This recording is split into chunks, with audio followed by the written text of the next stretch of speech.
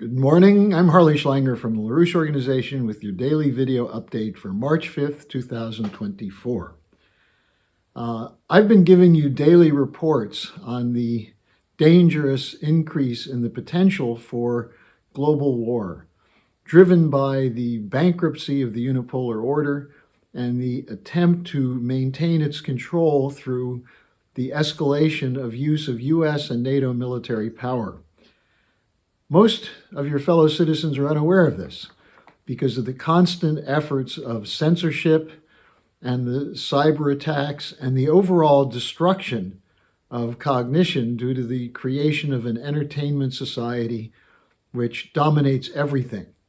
The ability to think critically has been destroyed by the deployment of psychological warfare methods. And this is clearly a reason why people are unaware of the dangers, even as they see the situation in Gaza, the collapse of the war effort in Ukraine, and the growing poverty and chaos in the world around them.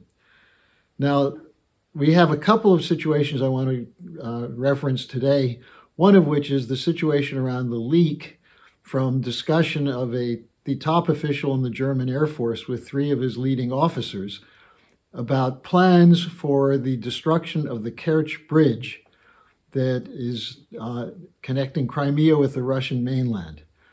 Now, the idea they were discussing was the use of Taurus missiles, which so far has been rejected by German Chancellor Scholz. Yet military officials were discussing how they could do this without being detected, possibly by sending German experts to make sure the targeting is accurate, but without making it, letting the Russians know that there are German experts doing the targeting. This would be an act of war. The whole idea of the German military discussing this when the Chancellor has just insisted very publicly that there will be no Taurus missiles. This itself is probably an act of treason. It's minimally a violation of the German basic law. And we'll see what happens from that. But it's not just the German General Staff.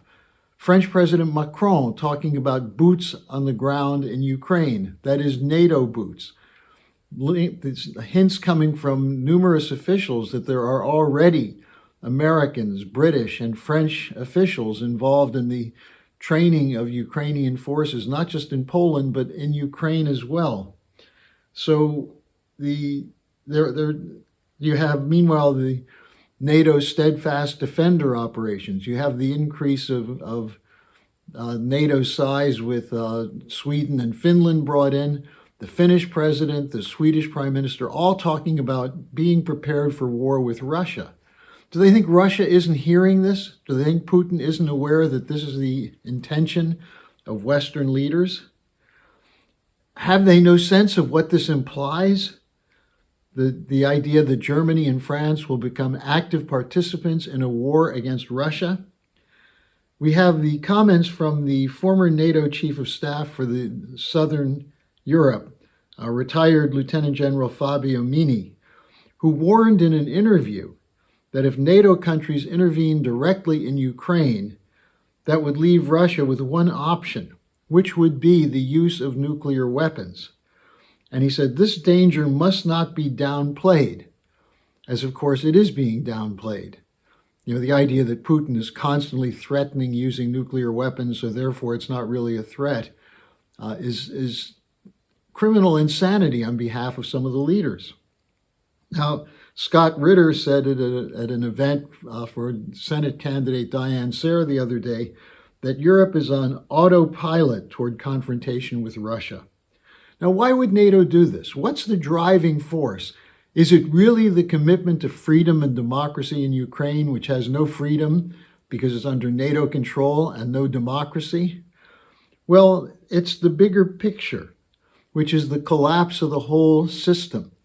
The unipolar order, which has been in place since the fall of the Soviet Union in 1991, has been in place, and it's an order of permanent war and austerity, an attempt to sustain the colonial system that existed before the 1960s. Now, this system has been rejected by most of the world, the so-called global majority led by the Global South, the BRICS. They've rejected the idea of surrendering their sovereignty to global banks and corporations. They've rejected the idea that they will be beaten into submission by military intervention. But now we see that the financial system of the unipolar order is heading over the cliff. Let me just give you a couple of examples. Global debt grew by $15 trillion in 2023. That means with all the austerity plans, all the budget cutting that's going on, debt is continuing to grow. It's now at $313 trillion, according to a report issued by the Institute of International Finance, which is a lobby for the global mega banks. Now, U.S. debt, U.S. Treasury debt, went up $3 trillion in 2023 to $34 trillion. And since the debt ceiling was raised on June 4th, 2023, the Treasury debt grew by $2.9 trillion in 9 months. That's an unsustainable rate of growth. Now, this has been, people are saying it's Biden, Biden, Biden. It grew under Trump. It grew under Obama. It's been growing because the economy is no longer a physical economy in the United States, but a casino economy. There's plenty of money, but where's it going? Well, let's just look at a couple of reasons for the growth of U.S. debt. First of all, you have the increase in defense spending, and along with this, the interest on the debt goes up. You have various stimulus spending packages. Essentially, the green policies are negative growth. The funding spent on electric vehicles, on solar panels, on windmills, and so on, all undermine real physical growth because they are making the energy resources and electricity less efficient and more costly, requiring subsidies. Then you have interest on the debt, especially when interest rates are raised, supposedly to stop inflation. We're seeing the collapse of the U.S. real estate market, both housing and commercial real estate.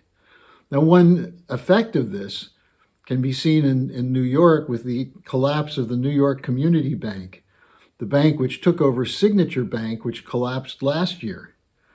The problem with the New York Community Bank is real estate exposure, including apartment loans. They had to write down $2.4 billion in the fourth quarter alone. Now, since 1971, we've had a casino economy in the West, and it's been increasing in its overall parasitical effect on the real economy. It's a collapse of real wealth production. There's a collapse of heavy industry, of the machine tool sector, of the auto sector. This is the United States and Europe. Non-spending in infrastructure. Infrastructure, some people say it's too much government spending. Well, infrastructure is by nature a cost to the economy initially. But if you don't pay that cost, you lose much more than you save by not paying it because of the inefficiencies that are introduced by a failed transportation system, the failure of energy, and so on. A collapse of the construction sector.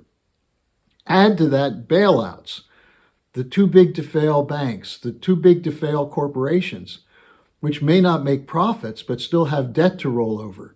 They're given constant infusions of liquidity in 2008, in 2019, in 2021, and more today to keep failed companies in business, failed banks to protect the face value of their financial instruments. All of this is being done to protect a system which is bankrupt and collapsing. Now imagine if New York Community Bank were a Chinese bank, it wouldn't be bailed out, it would be put through bankruptcy reorganization, decide what aspects of its paper holdings have some value to it, and what has to be written off. And if there's criminal involvement in this, you put the people in jail who did it. This is why LaRouche drafted his 4 basic laws, which include essentially return to banking regulation, such as the Glass-Steagall bill, which was repealed in 1999 by a bipartisan majority and signed by Bill Clinton. We need spending on infrastructure. We need a credit system so that there will be credit available to real production, and with that, an emphasis on futures, space, nuclear fusion, and so on. Now, if we do that, we can solve the economic crisis. You can't solve the economic crisis by war, by military spending, or by austerity. You may save a bankrupt banking system, which is what Javier Milei is trying to do in Argentina, working on behalf of the banks at the expense of the population and the real economy. That's what's been consistently done by the Federal Reserve System in the United States. No, you have to put a separation between the failed corporations and banks and the real wealth that exists, and then use that as a basis of credit for new physical production. That's the LaRouche approach. Now, if we do that, we can get out of the crisis, but not if we allow the military to be in the hands of those people who are trying to protect the bankrupt system. Now, I will not have an update for you tomorrow. I have a series of meetings, but I will have at 11 a.m. Eastern Time my weekly interview with Helga Zepp-LaRouche, and I'll put the location for that, the address, the email address for that in the description section of today's update. So join me tomorrow with my discussion with Helga Zepp-LaRouche, and until then, I'll see you later.